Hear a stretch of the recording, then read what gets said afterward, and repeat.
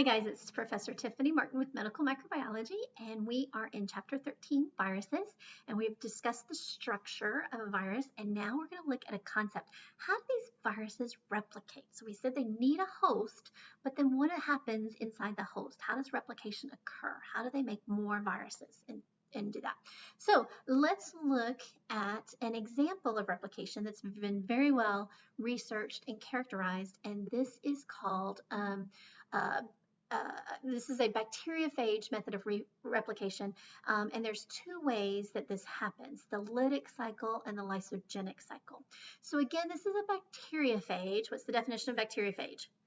Viruses that infect bacteria. And again, you may be wondering, why do we care? We want to talk about viruses that lead to diseases in humans. Why are we learning about viruses that infect bacteria?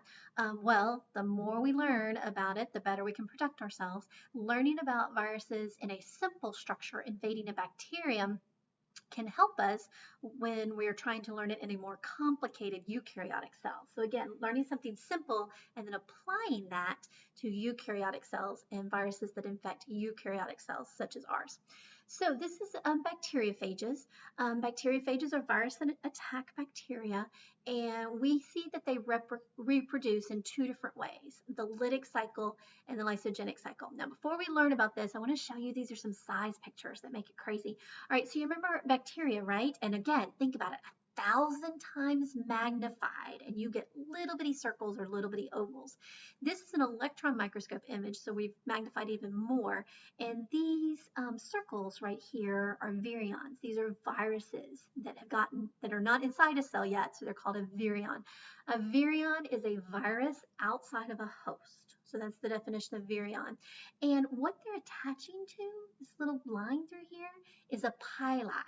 Do you remember that? That's that specialized fimbriae that attach to bacteria cells. So again, imagine 1,000 times magnified, and with those little circles you were sawing, those are the bacteria. We can't even visualize a pili, but those are the viruses attacking it. This is one bacteriophage, and it's attached to a flagellum. So again, flagellum, we're going to do staining this week, and flagellum staining is so difficult. We don't actually do that in the lab. It's because these flagella are so fragile. They're very thin. And here's a picture of a bacteriophage attached to one of those. We'll come back and look at this picture in a minute. But again, wrapping your head around the size difference that we're talking about here. Okay, so let's talk about these replication cycles. The first one we're going to talk about is referred to as the lytic replication cycle. Some bacteriophage replicate by the lytic cycle of replication. Now again, how they replicate, they have instructions in their DNA or in their nucleic acid on how to do this. So if a virus is going to replicate by the lytic replication stage or the lytic cycle, then it's always going to do that. Okay, so keep that in mind. So let's go through the steps of replication and figure out how this works. Okay, number one, in order for a virus to get into a host cell, it's got to find that host cell, and that's by chance. It's not seeking it out, but if it happens to come in contact with a host cell, remember it has those glycoproteins on the outside of the virion of the surface, that will attach to something on the cell. The cell also has proteins, right? Phospholipid bilayer, integral proteins, peripheral proteins. So some protein that the cell has, that the cell uses to do whatever, has become a target for this virus, a way that it can get inside the cell. So the first thing that has to happen is a virus has to attach to a host. Chance collision, because they can't move on their own. So number one, attachment. Once it attaches, and again, that's protein-protein attachment, a glycoprotein spike on a virus with a receptor, which is just a regular protein on the host that the virus is able to attach to, then it needs to get inside the host. So how does it do that? Well, the virus attaches, and it actually has inside the virion, it has a enzyme called lysozyme. So it has a protein that's packaged inside the virion, and that protein is lysozyme. And lysozyme is a protein that weakens the cell wall. So if it weakens the cell wall, it's going to cause like it's going to poke holes in the cell wall. It makes it weaker, that peptoglycan cell wall, and that's going to help entry. There's also a chemical reaction, and I think, let me see if I have a picture of it. That one. We'll go back to this picture. It also is going to cause a chemical reaction. So here is a bacteriophage, and it's attached to a protein on the flagellum. It's going to cause a chemical reaction that's going to cause a contraction of this helical tail portion. And that's going to cause the nucleic acid in this head to get injected into the cell. I'm going to have to go to my whiteboard for that. So let's draw a cell membrane. So that's my bacteria cell, and I have a bacteriophage that's going to attach here, and it's got those tail fibers, and it is attached to a protein that's on that. So the tail fibers attached to this thing. This causes a contraction of this helical tail section, and then my nucleic acid that's inside ends up getting injected into my cell. So what actually goes into the cell? It's only the nucleic acid that goes into the cell.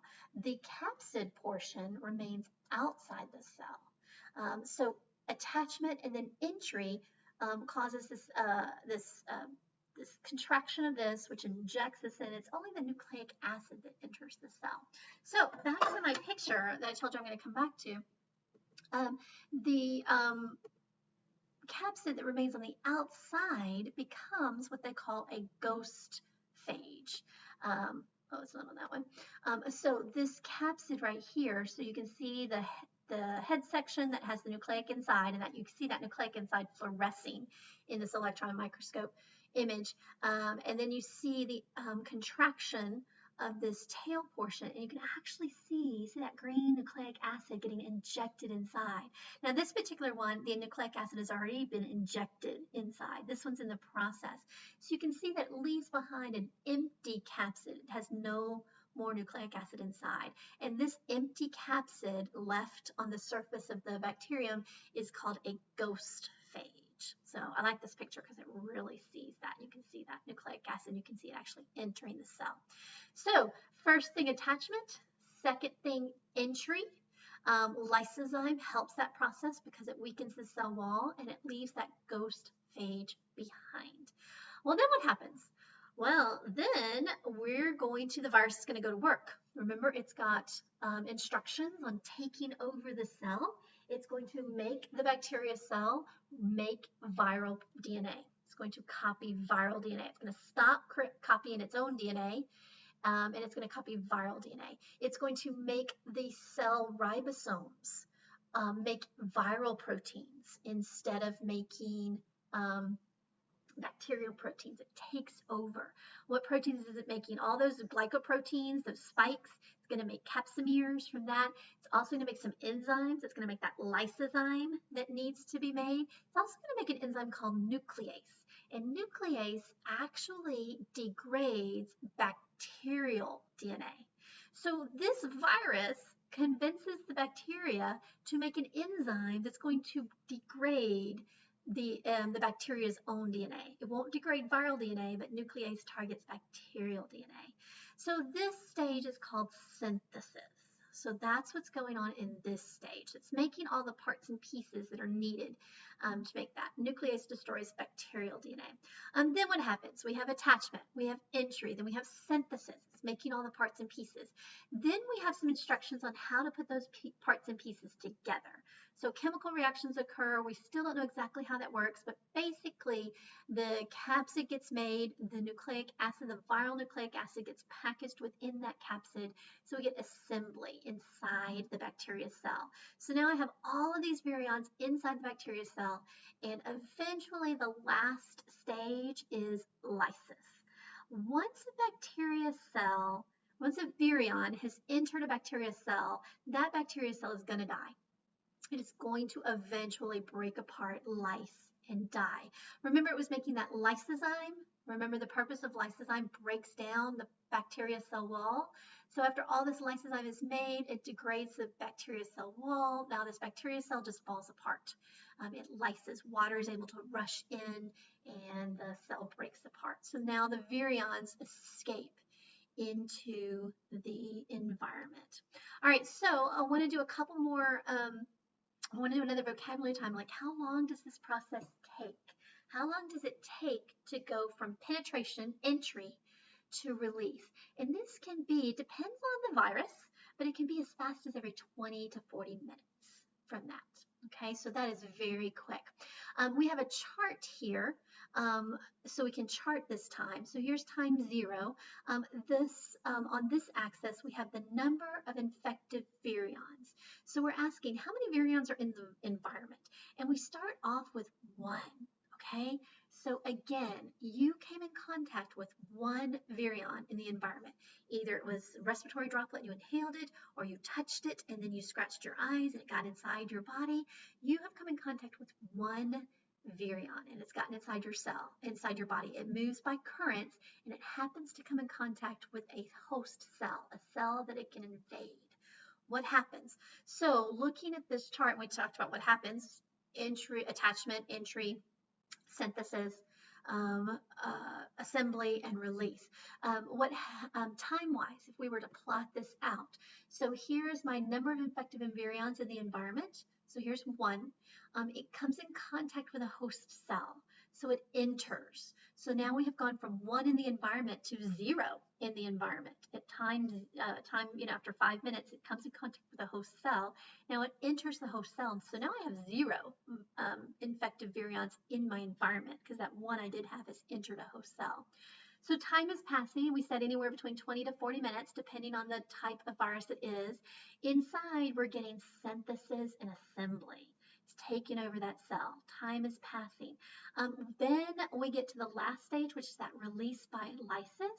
It has made a whole bunch of virions, and all of those are released when that cell lyses and falls apart. How many can be released? This is called is this on this one? The burst size. So your burst time is how long it goes from penetration to release. Burst size is how many virions get made and released into the environment. And this can be anywhere between 50 to 200. Again, depending on the type of virus and depending on the type of cell that it invades, it can be anywhere from 50 to 200. So you just went from 1 to 200 in half an hour. So now, what are those 200 virions going to do? Well, they're there. They're not looking for anything, but they're there. They're being carried by currents.